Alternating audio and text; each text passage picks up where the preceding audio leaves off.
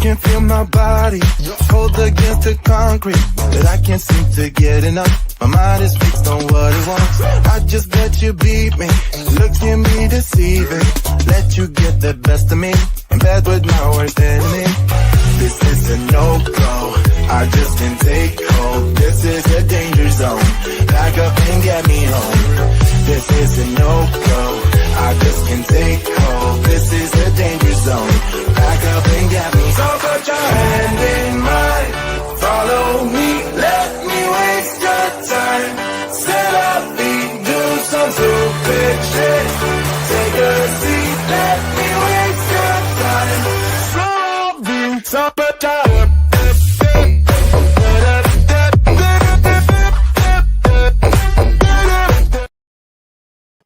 Yes, everybody, and this is the Lawyer's Den on the Pod TV network. I'm Nick Palavito. I'll be one of the lawyers discussing a very interesting case that's coming before the Supreme Court. It deals with transgenders participating in women's sports. Now, some commentators say transgender rights, but we could also switch that and say, what about the women's rights, which is a little bit different talk on the same thing. Now, the Supreme Court has never addressed this directly, so this is going to be the first case of first impression dealing with transgenders in women's sports. With that, we're going to bring another attorney in, Peter Bennett, to see what his thoughts are about this. I don't know if you saw this just happening, Peter, that the Supreme Court is now going to listen to a case on whether or not transgenders are able to participate in women's sports. So what are your initial thoughts and impressions on this? Well, as always, I always start with the background on the case. So, um, the Supreme Court has now agreed to hear appeals in two related cases challenging laws in West Virginia and Idaho that ban transgender girls and women from competing on women's sports teams.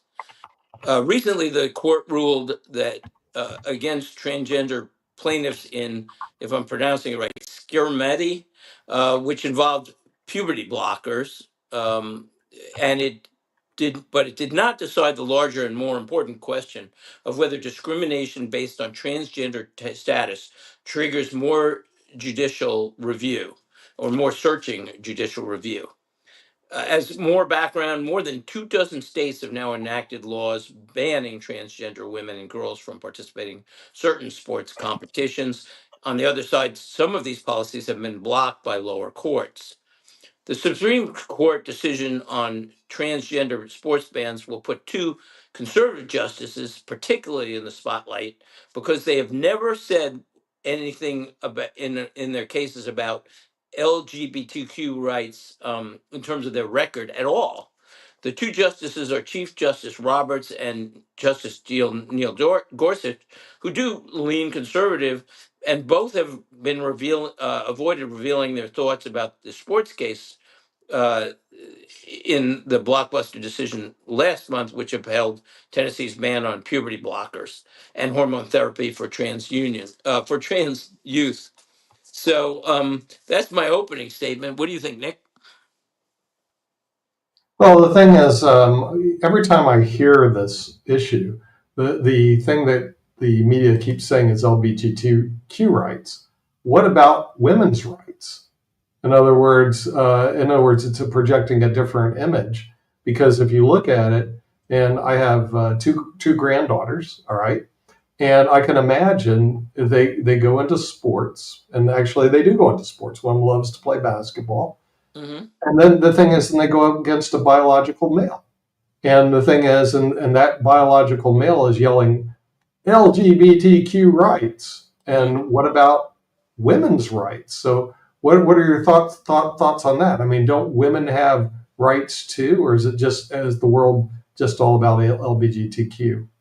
Well, that is the argument, because on some issues there are two sides, that are at stake. So, but if you look at first of all public opinion, which will impact probably the Supreme Court decision, The majority of the United States agrees that transgender female athletes should not be allowed to participate in sports.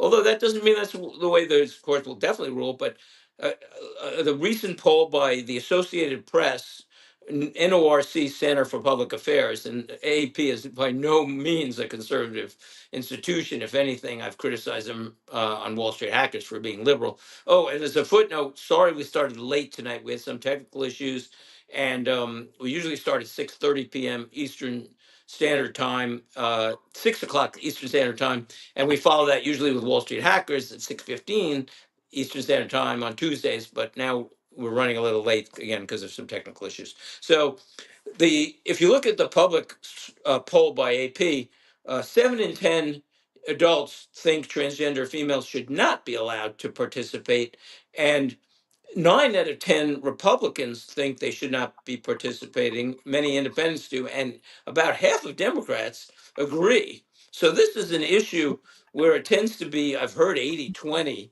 Uh, there are a lot of issues for females because, one, it seems unfair, in a way, because if you're a biological male for, 16 years, 18 years, 20 years, you've developed a certain muscle structure. And two, there are a number of injuries by women. One man spiked a volleyball into a woman's head and really did, I think, spinal injury or something like that. And there have been other injuries. I mean, you're talking about some, even wrestling and contact sports, and there's a lot of issues. And how far does it go? So that's certainly one of the issues the Supreme Court will be facing. Yeah. Well, one of the progressives that I've talked to said, well, why is there such a big deal on this when there's only 5 women that are 5 biological men that are participating in women's sports that have won anything? In other words, they're minimalizing it. I'm serious. And I did research. He's right. It actually Only affects 5? their, pardon? Only 5, you're saying? Yeah, right. It's a real small number. I did fact check it. Really? It's true. It's a real small number. And his argument was the conservatives are blowing up this issue because there's only 5 biological males that are competing in women's sports. Granted, a lot of them have won events, but yeah, I had to go fact check that too. It's a very small number. So, however, here's the problem with that argument. Just because it's minimal doesn't mean it's right. In other words, just because, hey, 5 people cheated and they won, so cheating is okay, that doesn't mean it's right. So my argument is that doesn't make it right. Now, there is another argument that deals with equal protection, which is what the Supreme Court's going to have to look at. Mhm. We have the equal protection laws under the Constitution. But the thing is, you can apply that to almost everything. Should we have male and female bathrooms? Seriously, does equal protection allow bathrooms just to be gender? And I just don't see the Supreme Court going in that direction. The other problem is, in other words, there are some technical issues in this area. The other problem is that some individuals are born with both sexes. What do you do with them? It's a very infinitesimal amount of people, Right. but it does exist. So what I think is that it's going to be a very interesting case, especially when you're dealing with certain groups of people that are born both male and female. Now, what do you do with those people? I don't know if you've crossed that bridge, but the Supreme Court, I'm sure, is going to be dealing with it either on an amicus brief or a direct brief to that. In other words, you got this person, they're male and female, okay, and they classify them as female at birth, but they're also male. Now, But that's a hard call, because now maybe they are really a female, biologically. That's not the issue they're dealing with now. But a few points. One, if I was arguing, and I would argue, I guess, against the point of only 5 cases where they've won anything. First of all, there are males, biological males, participating in uh, team sports where there aren't individual prizes. So, for instance, the volleyball player who spiked the ball into the woman's face, and also if a biological male was playing basketball or a team sport, there probably wouldn't be a medal. But also, the other thing is, these are significant women's sports that biological males have begun to uh, get involved in or intrude in, depending on your attitude. So we're talking about swimming, which is a major female sport in college, track, major female sport in and biking.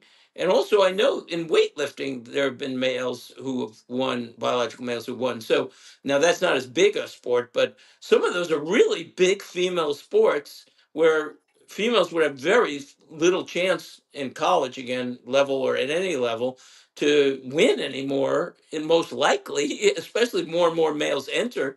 And plus, it opens the question: well, what happens if males now want to? Biological males can want to participate in women's professional tennis. You know, we had Bobby Riggs playing years ago, and he was pretty much a nobody, and then he beat Margaret Court.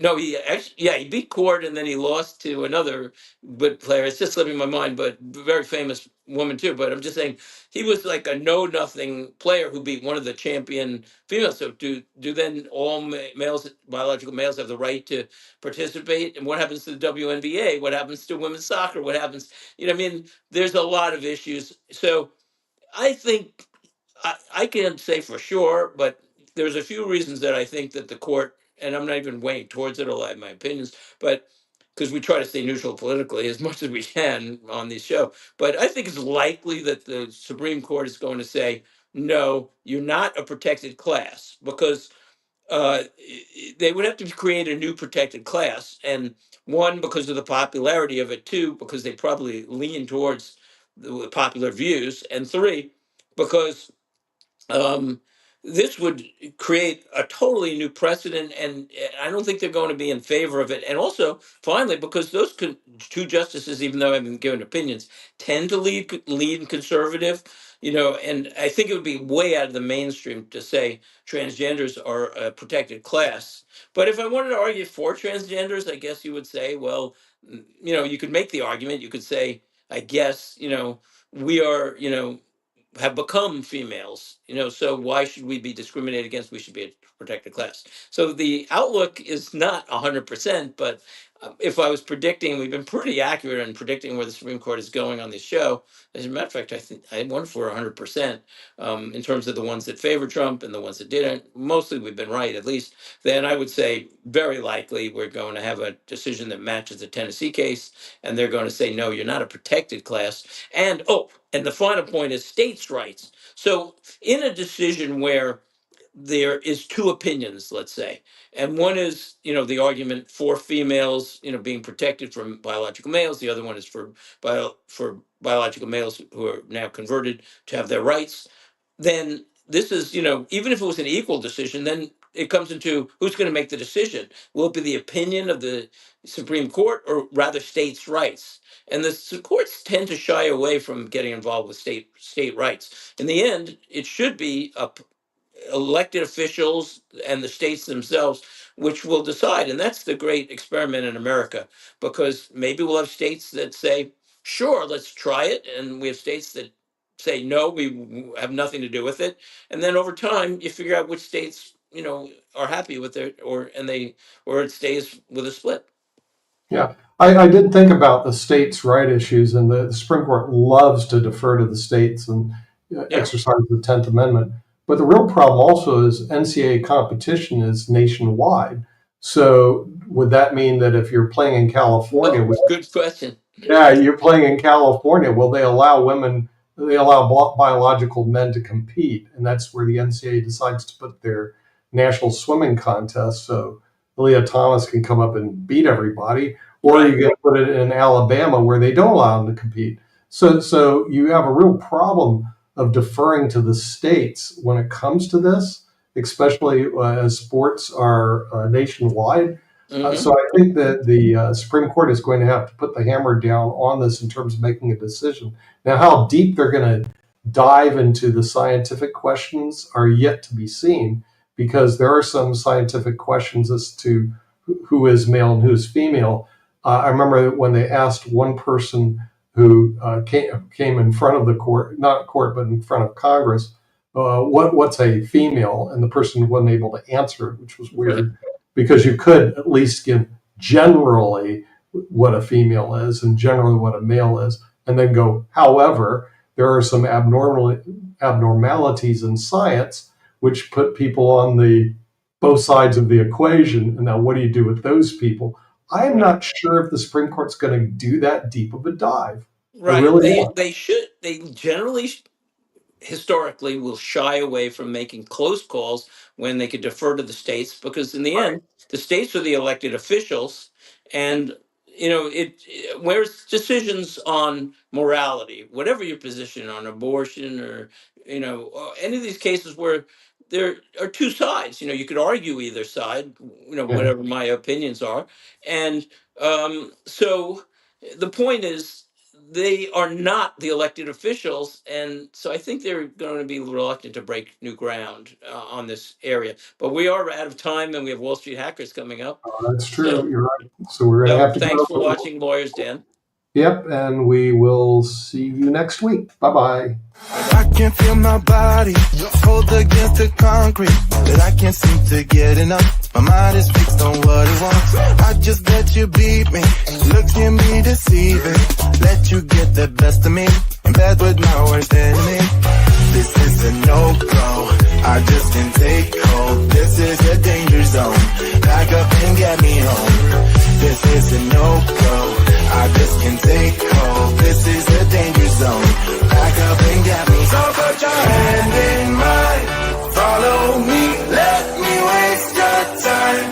Set up feet, do some stupid shit. Take a seat, let me waste your time. Slow beats up a time.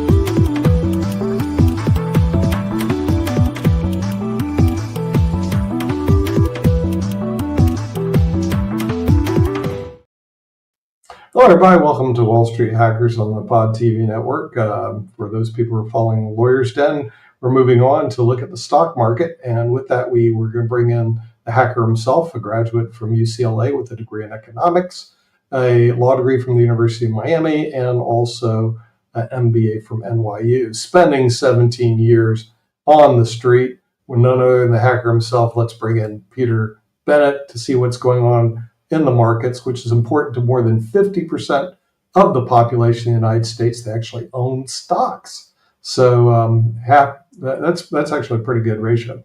So this market is important to them. So let's hear what's happening. Oh, interesting, Nick. I actually didn't know 50% of Americans own stock. I knew it was pretty substantial. So, welcome to Wall Street Hackers, July 8th, 2025. Sorry about the delay. We had to start Lawyers Den late and Wall Street Hackers late because we had a technical glitch. So, you can catch a new episode most Tuesdays at 6:15 p.m. Eastern Standard Time, which follows Lawyers Den, which is on about 6 o'clock. Hopefully, no more technical issues. We start with the markets, and the big news of the week, of course, affecting the markets was the big beautiful bill, as it's called, or the big bill is what we'll call it, just to be neutral. And it passed, and there were many aspects of this that will be important, and some of which were really not covered at all by the media. There was a certain focus, but at least one really important one, and we'll be discussing that later in depth on our panel discussion of the week.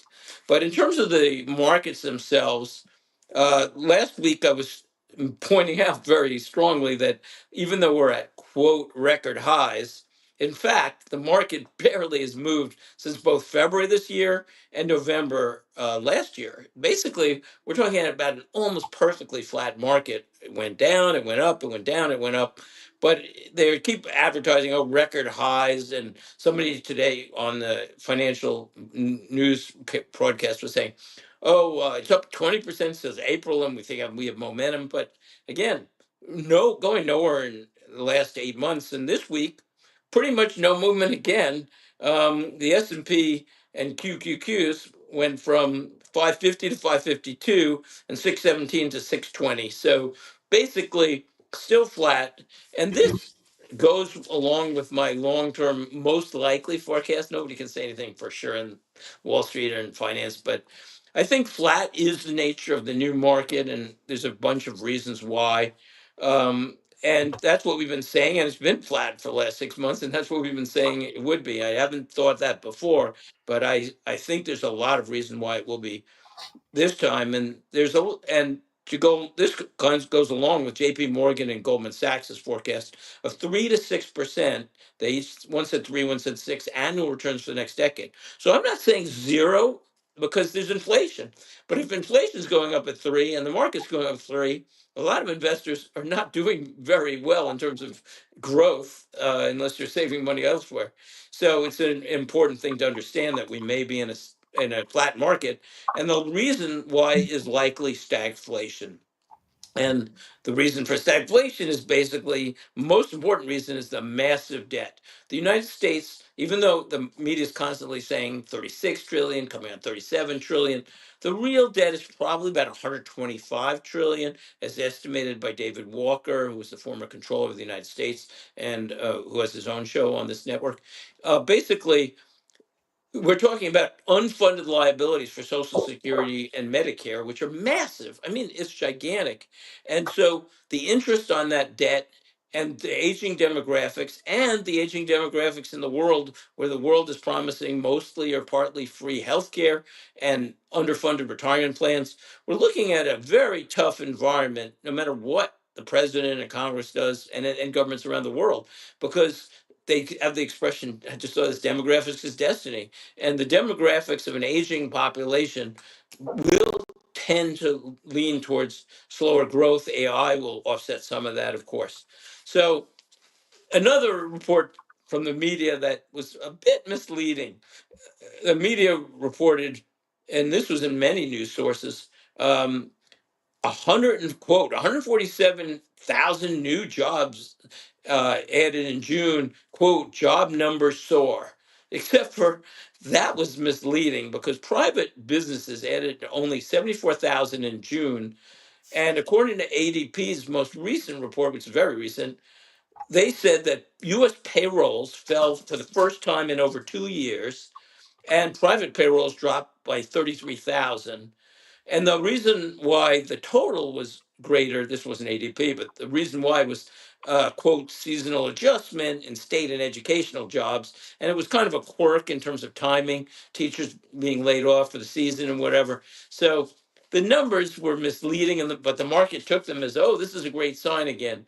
In fact, stagflation again is Wall Street hackers' prediction. It's not guaranteed, but we have been accurate for 3 years. And I could go over countless things we've been saying about the Fed being behind the curve, the Fed not going to drop interest rates when the markets were wrong. And now I'm predicting probably a lot of stagflation. But that's just to be said on the positive side. It doesn't mean you can't make money in the markets. And a lot of people will, and we hope we will too. So the point is, you need to be prepared for a challenging environment and a likely stagflationary environment. You want to be in stocks and investments and sectors that are, one, recession resistant or mostly recession resistant companies and sectors where there's not a lot of leverage. You don't want leverage in a stagflationary environment. You want stocks and investments that can pass inflation as well as tariffs on to clients. And finally, you want to look at the record, and you, even no matter what the environment, I say for hundreds of years of studies that have covered hundreds of years show that the dividend stocks outperform other stocks dramatically. We had about almost 200 years of studies by Hartford Funds and Morningstar that showed the dramatic outperformance of dividend stocks. Plus, they're good to hold in a recessionary environment because they're generating income anyway. Plus, selected MLPs and REITs, which have and energy, which have the history has been, beside them. So these are the places you want to be in a stagflationary environment or any tough environment, especially. Um, Quote of the week, and this is from Barron's over the weekend's edition. The economy is likely to enter a period of slow growth in the 1% to 2% range. Inflation will hover between 3 to 4%, and unemployment will rise to 4.5 to 5. I disagree with them on that, by the way. I think it's going to rise, but I think that's a little dramatic. Quote, going back to them, while these economic conditions don't match the double-digit interest rate and inflation and chronically high unemployment of the 70s, the stagflation-light economic framework will still shock consumers. So a few points. One, obviously I picked this out because it agrees with me, but this was Barron's, and it goes along with the J.P.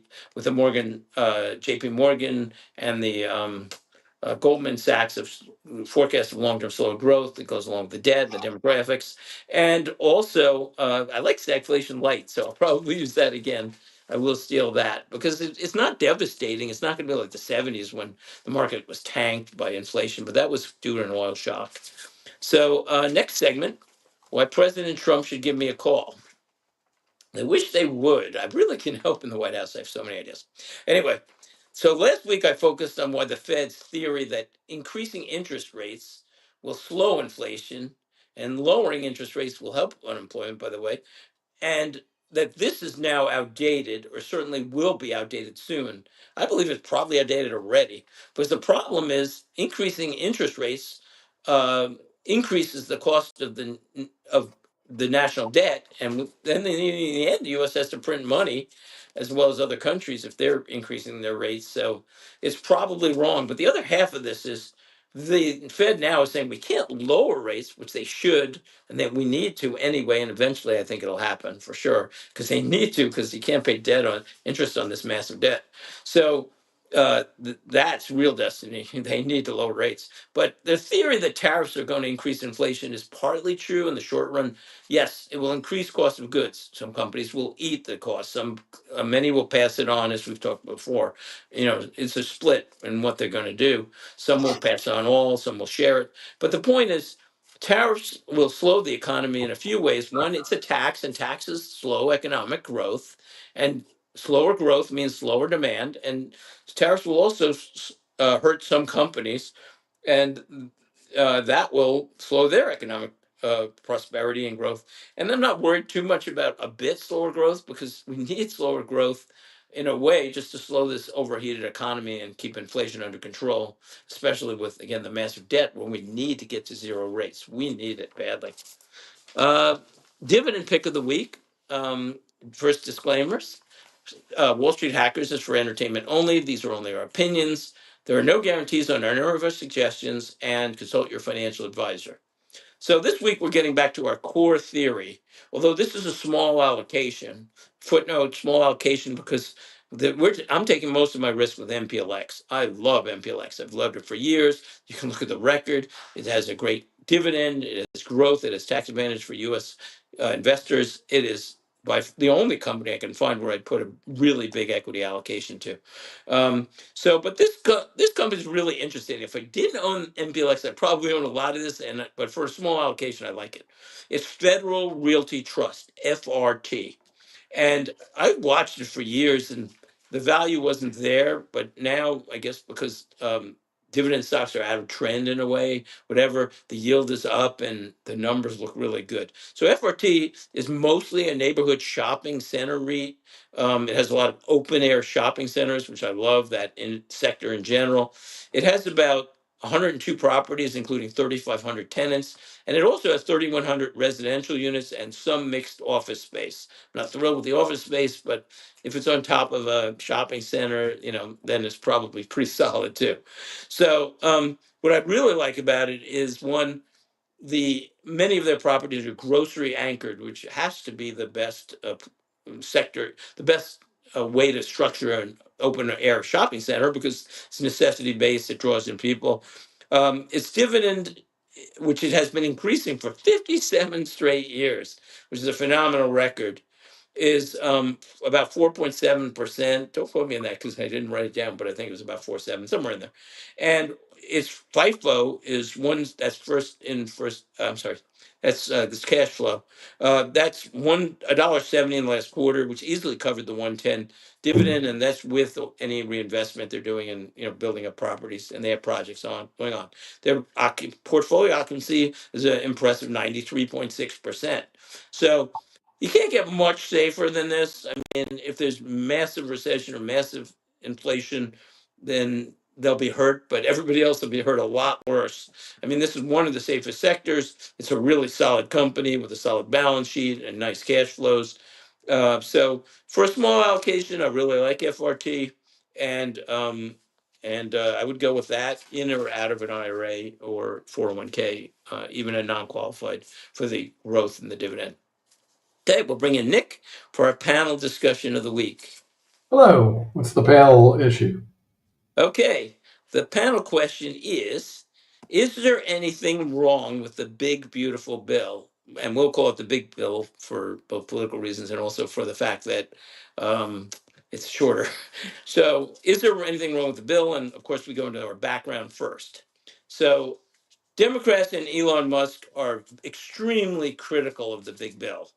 There are two big arguments are one, the bill increases deficits, and two, it cuts Medicaid assistance. And you'll hear this, all the time. There's a footnote on this. Democrats almost never or rarely in history have ever worried about deficits at all. But all of a sudden, deficits are a big issue. Their main approach to most problems has been just spend money, and sometimes it works, sometimes it's a waste, but it's just spend more money, and they don't think about the debt much in general. Sometimes some do. In fact, the bill contains many provisions that reduce the deficits, including requiring able bodied Medicaid recipients to seek work. And this, by the way, was a popular kind of approach to welfare when Clinton was in office, and Senator Durbin, Democrat, and several other Democrats historically have favored looking at these issues of those who can work and if they're getting welfare, and it's probably and pretty popular. I didn't look at this polls, but I would think a lot of Americans would think that's fair. The bill actually reduces spending in many ways, except for it looks like it's a deficit increase because it's spending a lot of money, among other things, on building the wall, which many Americans would say is necessary to secure the border. And I would add, whether or not you're in favor of securing the border, which most Americans are, the point is you can secure it with a wall or you can spend a lot of money to defend it. But in the end, it'll probably save a lot of money if you build a wall because very few people can get over it. Although I remember some people saying the wall won't work, although it totally works. It's almost impossible to get over. And for numbers, by the way, I think there were 6,000 arrests at the border this year, and last year, same month, over 200,000. So the Democrats have been saying, or Biden said, "Oh, there's no way we can secure the border. It's much more secure, and the border will help. A wall will help." The other thing they're spending a lot of extra money on, among other things, is the military. And there's a lot of arguments that one, there's a precarious world situation in terms of geopolitical politics. There are threats in different places, and also that our military is depleted again. And there are a lot of evidence for that, including manpower. So, spending money isn't necessarily a bad thing in these areas, but the deficit did go up. The bill also provides for no tax on tips, no tax on overtime, and lower taxes for most only low and medium Social Security recipients, not high income, and these should be very popular. I think they could be huge wins. Whether you again favor Democrats, Republicans, I think these are going to be very popular with young people and a lot of workers because they're going to say, "Wait, my paycheck went up," and the final thing I'll get into before we begin the discussion is this is very interesting.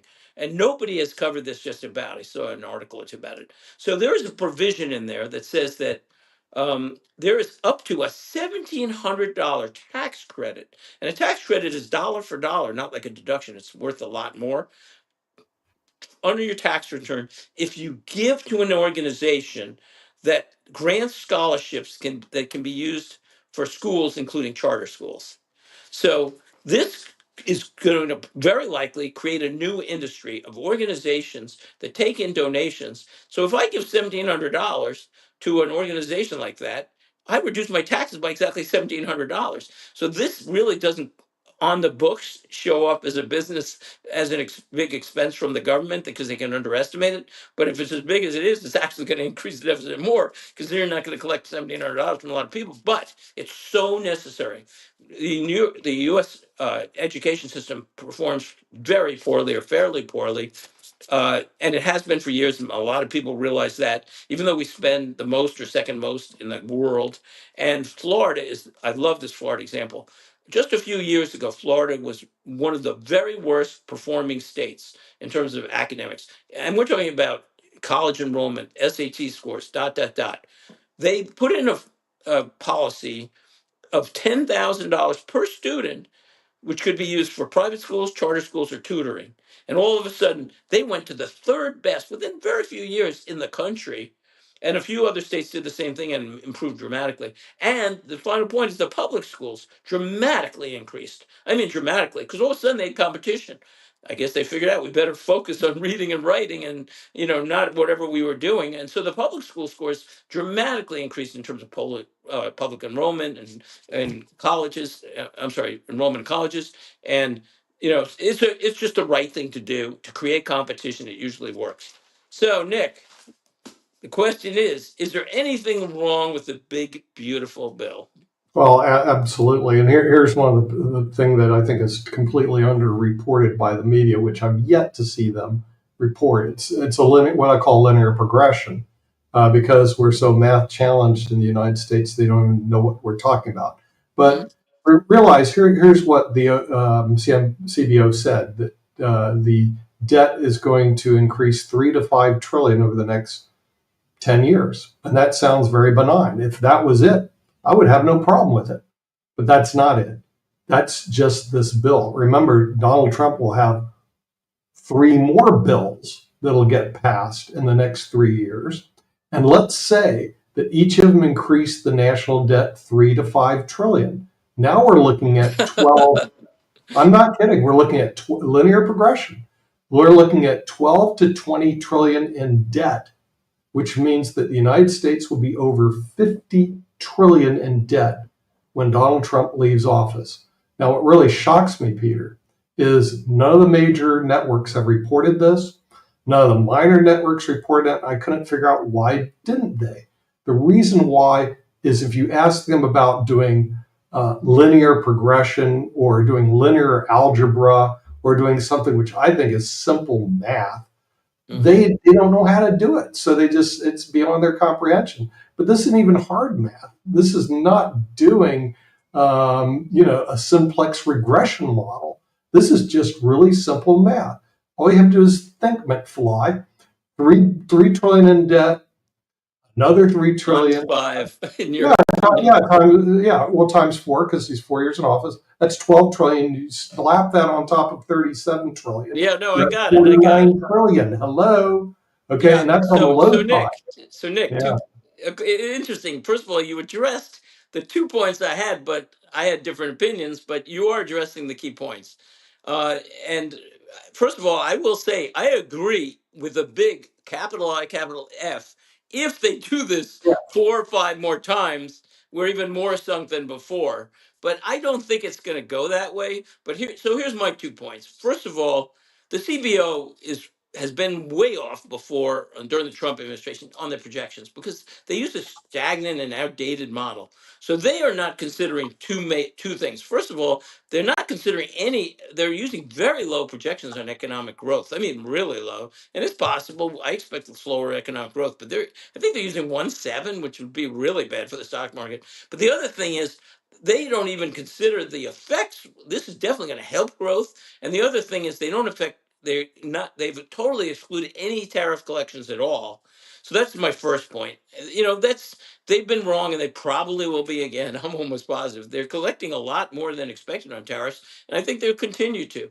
And the other point is exactly the same, but I'm going to go the opposite way because I believe that the future bills will be cutting more into waste. I think this is the bill that made the big changes. It addressed all kind of things, taxing the college endowments, which is something I was in favor of. These that operate like hedge funds, and don't give enough money to the students.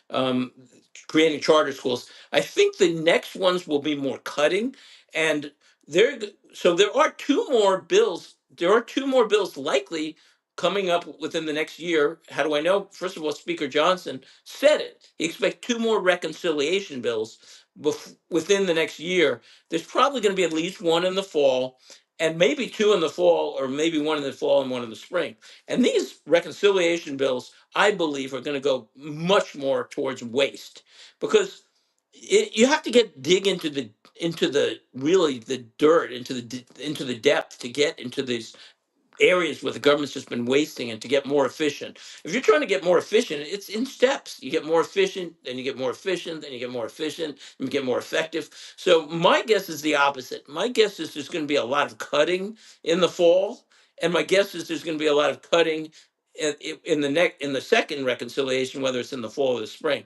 But nobody can say for sure, and I hope you're wrong and I'm right, because the debt, if it can create, I mean, 125 trillion. I'll leave on this before we close the show because we're out of time. But 125 trillion, as estimated by David Walker on Economics Monday, who was on this network. And David was the former controller of the currency for two presidents and has had a lot of other roles. And he estimates the real debt and deficits and obligations of the United States at 125 trillion. That is more money, you ready for this, than the entire US stock market, the entire US bond market, all privately held real estate in the United States, and all publicly held commercial real estate in the United States. Basically, the US government may owe more money off the books and on the books than exists in the world, and including all the wealth in the United States. And I should have said the United States, and other countries are in the same situation, as I've said. They've all promised free healthcare and underfunded liabilities. This is just a massive snowball. It's going to adjust somehow, and it could be ugly if they don't get to it. But I'm hoping in the fall, and there were steps in effect. They did cut waste in this bill, but I hope the next two are going to be focused on that, and I think they will be. We will see. It'll be an interesting fall. And so thanks for watching. We will be back around 6 o'clock on Tuesday next week on Lawyers Den, followed by Wall Street Hackers. Good luck with your investing. Thanks for watching Wall Street Hackers. And as Kim always says, get healthy, get wealthy. See you soon, Nick. See you then. Bye-bye. Bye bye.